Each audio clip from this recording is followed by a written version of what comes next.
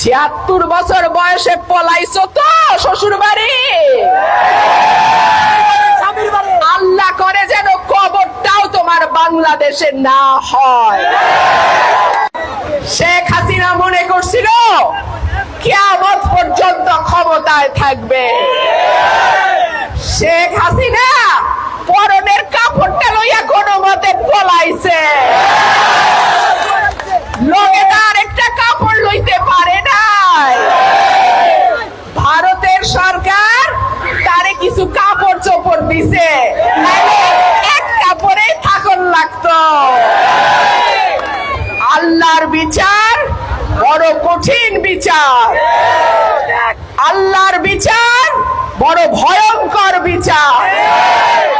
আমাদের লাখ লাখ ভাইয়ের উপরে যে নির্যাতন 15 বছরে হয়েছে, আল্লাহ